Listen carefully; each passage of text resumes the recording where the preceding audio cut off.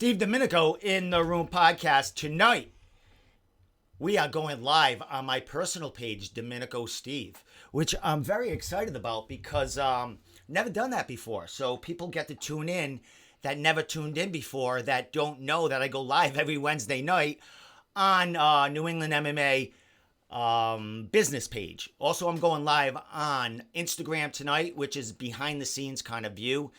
Recording for YouTube. I usually go live on YouTube also, but I don't want to mix the feeds since tonight is the first time I'm going live on my personal page with, through OBS studios and stuff. So tonight we have on Christos Papadelos, who is the owner, the new no-gi business in New Hampshire, all no-gi, Enigma Jitsu. He just recently opened. They had their grand opening on Sunday, and a huge event, tournament, 2 weight classes, 155, 175. Some of the best no-gi and gi grapplers, but this just happened to be a no-gi tournament in New England and beyond. There was New York competitors there, and there might have even been Philadelphia kind of on the border there. But congratulations, and we have him on the show. So we're going to have him on the show in 2 minutes. But before that, shout out to New England Combat Sports. I hope I didn't say their name wrong. And also, who else was it in there? Who else is in there? Pay-Per-View Productions, who did an awesome job. And what I'm going to do right now, before I have Christos on, I'm going to play their highlight video that they put together all about this event that went on this weekend. And they did a fabulous job. And it's amazing. So as soon as this video is over, we'll have Christos on, and we'll be ready to go. So here we go. Check it out.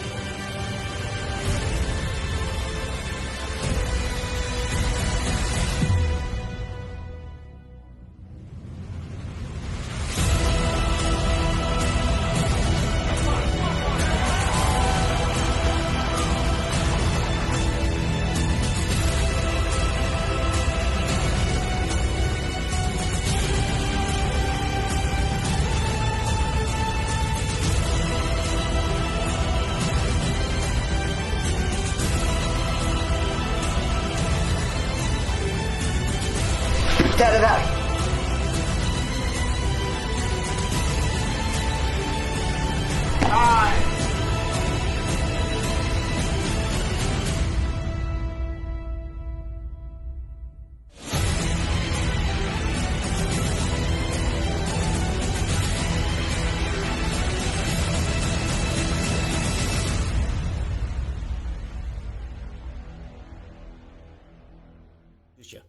Here we are, man. That was fucking awesome. So that was put together by New England Combat Sports and Pay-Per-View Productions, who ran around. These guys, like, their hustle, which I respect, man. Watching them run around and get all the footage, and then be able to put it together in a couple of days' time. Which we'll talk to Christos about it, but I think there's a link you can go watch the matches. It cost a little bit of a fee, but it's worth it. I mean, they really did well and did a great event. So I'm gonna introduce him right now. So the owner of Enigma Jiu-Jitsu and a competitor in the jiu-jitsu world himself, Christos Papadelos, man.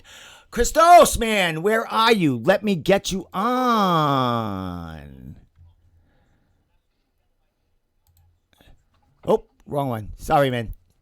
Sorry. There you are, brother. You're in. See, when you're live, I mean, you don't have a producer. Christos knows he does a podcast, so he knows, but we'll talk about that also. Christos, man, welcome to the show, man. Thank you for having me, Steve. Congratulations. I said it before when you were behind. You could hear what was going on, man. Great event, bro. Sunday. Talk a little bit about it or a lot of bit about it, man. How'd you feel about the overall event now you look back on it? Man, like, it really could not have gone any smoother, any better than I imagined it. I got a good crew of people I got a great crew of people to help me put this thing together. And that's all that mattered. It was only a matter of just getting the right people to do it. We got a team of like 3 or 4 and absolutely killed it. And just working towards our goal. It's simple. Like, if we put ourselves in competitors' shoes, why would I go spend $120 to go to Grappling Industries and win a little medal, and no one gives a shit about any of my matches except me, when I don't have to pay to compete, or I pay like $150 and I can win $1,000, and I have it basically like a bunch of super fights where it's much more exciting. Like, a big deal is made about it. It's broadcasted nicely, which the fights are up on USA Combat Sports now.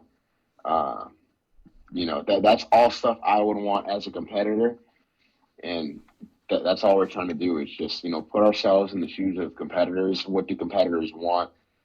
And really, like, being realistic. If we were to hold these events like every other month, like, what is even the reason to do like an event like NAGA or Grappling Industries when we have events like this?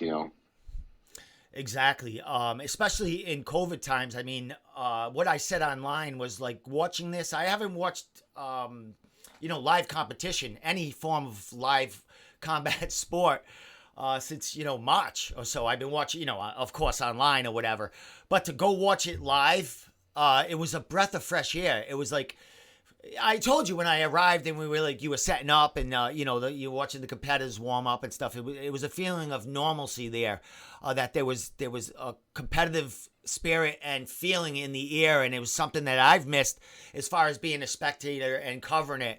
And you guys did a great job. Talk about, how kind of, the team behind it, because you had a bunch of people involved. It wasn't just like the crew filming it and photographers. You had family involved, taking care of the little behind the scenes stuff in there. So who helped out, and how did kind of, how long did it take to form? I would say we started planning. I'd say we started actually planning the event like a month and a half out, maybe 2 months, like actually getting names for the brackets. So the original plan was to go 16 people per bracket and make the prize 1,500. And then it wasn't the easiest thing to get names, so I dropped it to 8 people per division and made the prize $1,000. And then once everybody saw it was lowered, everyone just hopped on it, and we filled up the divisions, got a few super fights on there. So we had the whole card book, and then it was just a matter of coming in beforehand and making sure we had the broadcast. We knew exactly how we wanted to do the broadcast, how we wanted to take the pictures. Just preparation. That's all it is. It's just preparing what you want to do and then doing it. And a cool thing about it is you already have experience in the kind of tech world behind the scenes, because you do your own podcast. You edit a lot of stuff, so you have a mind for that, so you kind of know what kind of goes together. But you also have them 2 other guys behind you that or a team behind you that are helping you out. Talk about how you teamed up with them and, how it all came together because they do great work and they kind of just started with it, bro. Yeah, we all kind of like, it's weird. 2020 is like when we all met. We met this year. It's not like we've known each other a very long time, but we work really well together. We all know exactly what we want out of life. And we take three people who know what they want out of life and their skills complement each other the way that ours do. So you can make some pretty fucking cool stuff happen. So, for us three, it's just a matter of creating stuff that people fuck with. People obviously fuck with this tournament. I mean, I had so many people message me after and be like, "This is the best jiu-jitsu event I've ever been to. Like, please do another one soon. Let me know," which was just awesome to hear. So that's all it is just, create. All three of us have the same mindset of just we get this kind of rush out creating stuff that people like and people fuck with. Excellent. And, as far as the combat sports world and me covering it, man, it's something different because I'm mostly, I was covering MMA. I mean, we had MMA shows every 2 weeks, every 3 weeks at one time.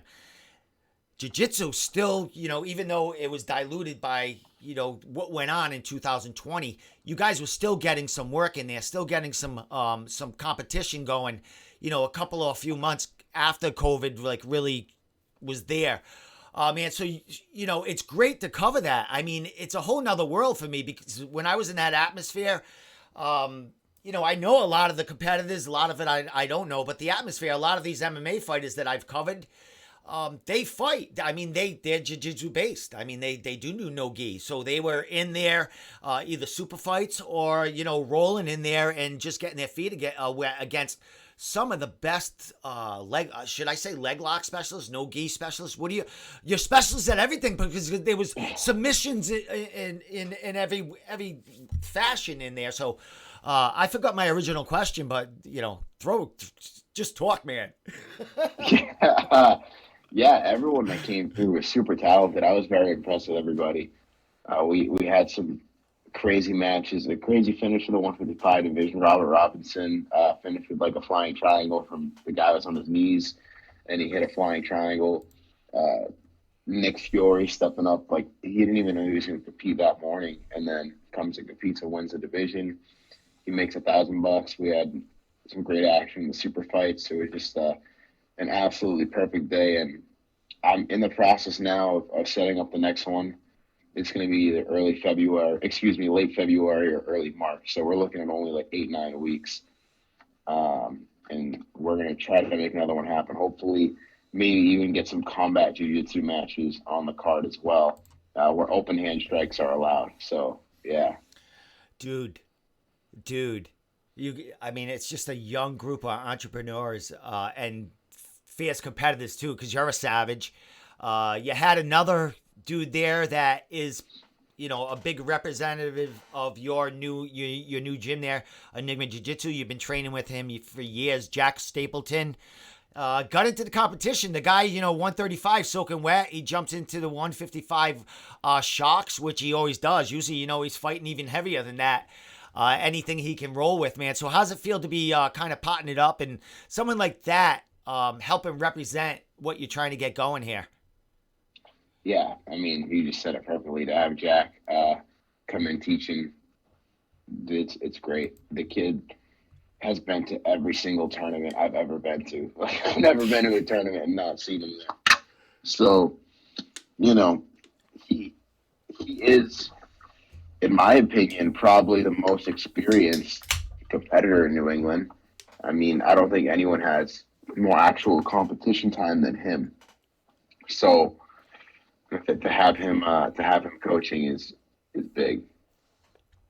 Exactly. I mean, and he's a big name, of course, on social media because the kid's just like you said everywhere. And when I talked to him, when I interviewed him, he was I think he said in 2020 he maybe had like 30 matches. 18 and 10, yeah. Yeah. And, you had guys like that because I put up a little of his interview on Instagram and guys were going only fucking 30 like in 2 months time. You know what I mean? And that's what he was saying, dude. So the kid rolls everywhere and, man, out of state a lot too. I mean, because there was nothing going on here. So, Dude, some of these competitors I've never met, like, and they're from Massachusetts. Your 155 pound winner there, Robert Robinson, man.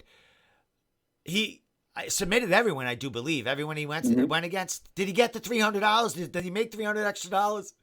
No, we had to change the rules when we shrunk the divisions. Oh, okay. But he Okay. made the grand, Yeah, he yeah. definitely made the grand. Big check there, man. Bigger than him, that's for sure, man.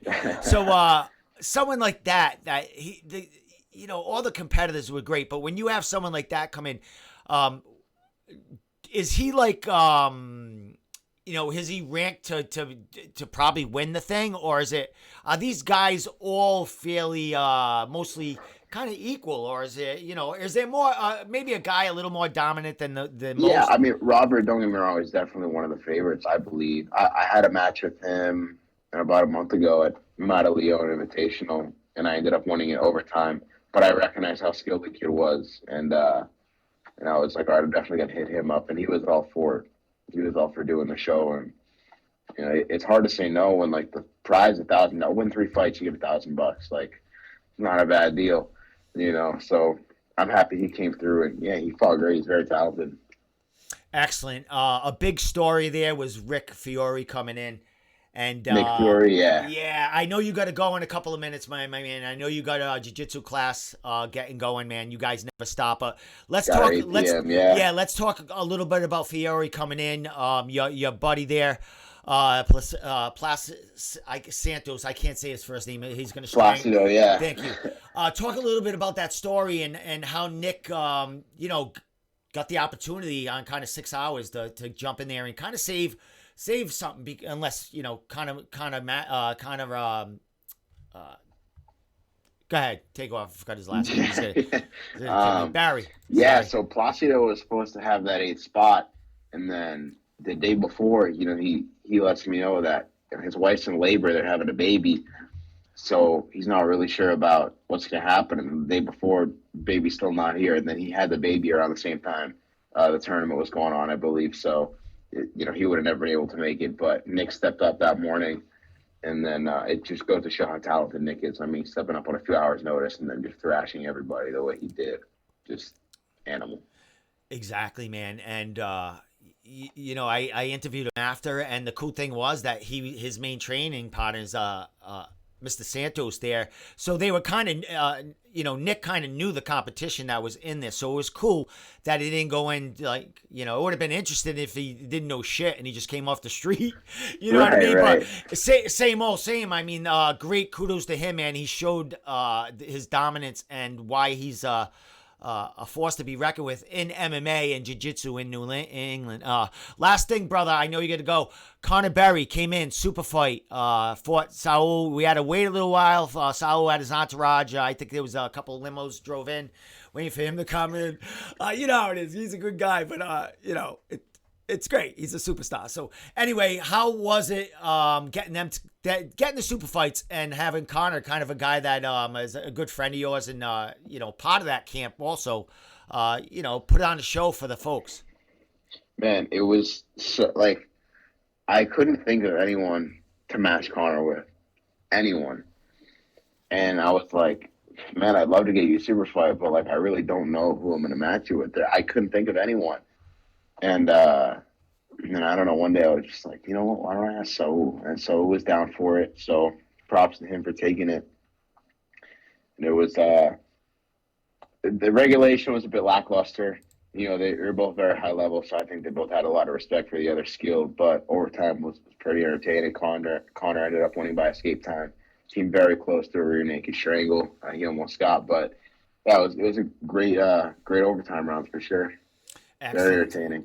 Well, dude, I know you have to go, but I just want to say congratulations, man. I mean, look, it's super fights. You have the best of the best in New England, and New York competitors coming in here. The word is out on the gym, on the competition, the tournaments. People want to get involved. You got great media behind it, great friends helping you out there. They're growing also, so everyone's going to grow together. I'm definitely a part of it. Our team.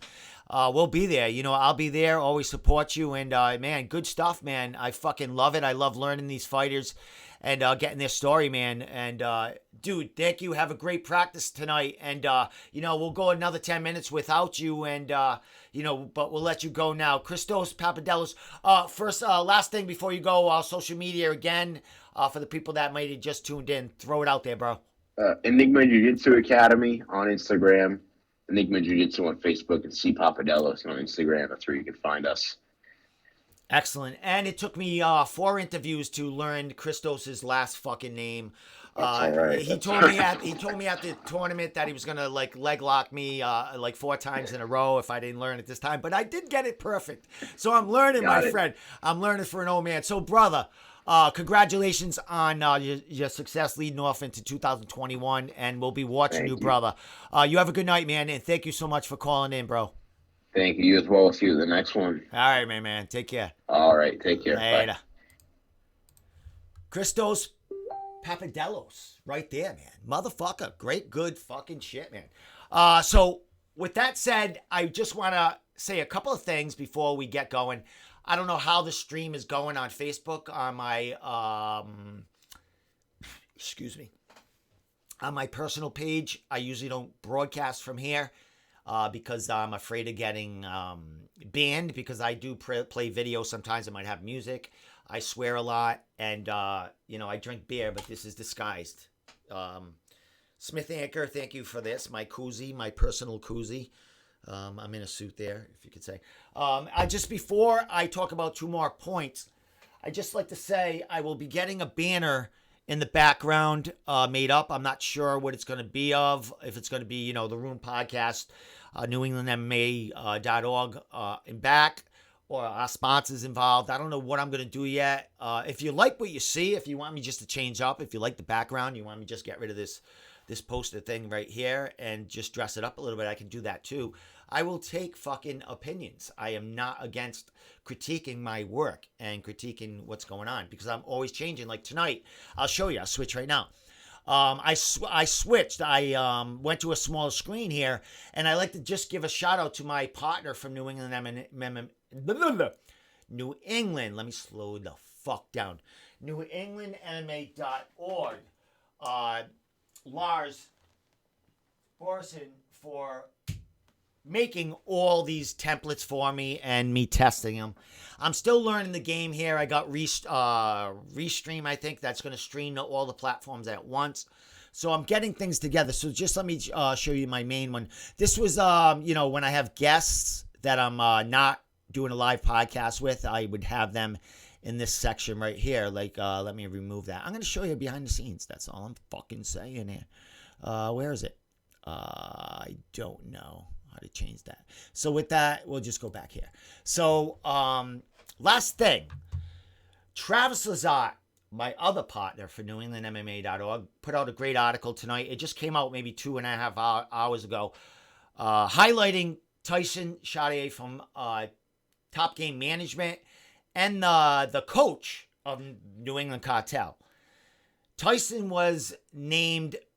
There was 2 coaches of the year named by MMA Junkie, 2 MMA coaches, and one was Tyson, and one was the coach from Team Couture. Let me get that poster up if I can. Let me find it. Where is it? Oh, there it is. All right, I can get that out of there. And I'm going to do this with the Max Holloway and the Calvin Kattar fight. But coaches of the year. There you go. I'm sorry. I need a producer. Tyson Chatier, who deserves it. People, if you want to ask questions, you want to talk, you want to say anything, I'll throw it up there. People can answer later. But congratulations, New England Cartel, on that. Congratulations to Calvin Kattar, who will be fighting Max Holloway January 16 on ABC. ABC Live TV. And also, it will be streamed on